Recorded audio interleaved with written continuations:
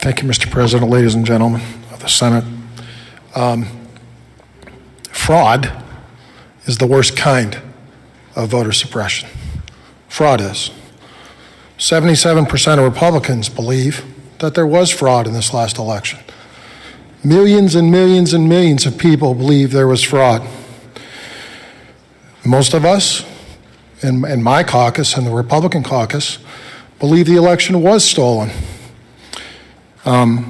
We saw changes in election laws weeks before the election that were not authorized by the Constitution, as what happened in Pennsylvania, where the deadlines for eligibility of ballots were changed, postmark requirements were taken off the table, and signature verification was no longer required. The wholesale purpose of those actions was to facilitate fraud. Fraud is voter suppression. When you have candidates who harvest ballots by paying hundreds of dollars for people to give them a ballot that they can drop off and turn in, that to me is fraud. When you have drop boxes that have no security and can easily be tampered with, that facilitates fraud. When you pre-populate ballots, which is what happened in Woodbury County, with confidential information so that anybody can submit that request and in turn cast that vote, that facilitates fraud. So, we've heard that there's no evidence of fraud. I've heard that repeatedly. No evidence of fraud. All right. Well, I just want to look at a couple numbers. Who believes that Joe Biden got 12 million more votes than Barack Obama on his best day? I don't believe he did better than Barack Obama. Who believes that Obama, who won 873 counties, came up 12 million votes shy of Joe Biden's 477 counties? Donald Trump won 2,497 counties. Here's an interesting one. We usually look to bellwethers to tell us what the outcome's likely to be. President Obama, your guy, won 18 out of 19 of them when he won. President Trump won 18 out of 19. Joe Biden won 1 of 19. It's a good thing he wasn't shooting free throws. President Obama won Florida, Ohio, and Iowa. President Trump won Florida, Ohio, and Iowa. Joe Biden lost them all. President Obama won seats in the House of Representatives. President Trump won seats in the House of Representatives. Joe Biden didn't win any. He lost seats.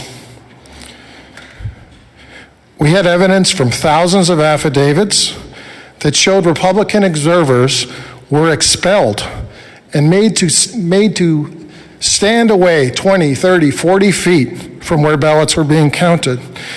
There was a Florida precinct where there was more than 100% voter turnout.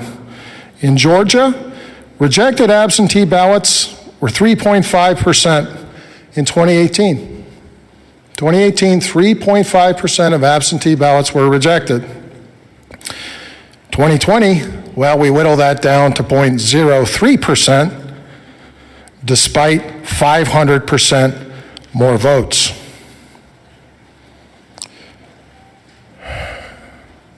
There's instances of dead people voting. 66% of dead registered voters born between 1800 and 1899, you can look this up, by the way, I encourage you to, voted.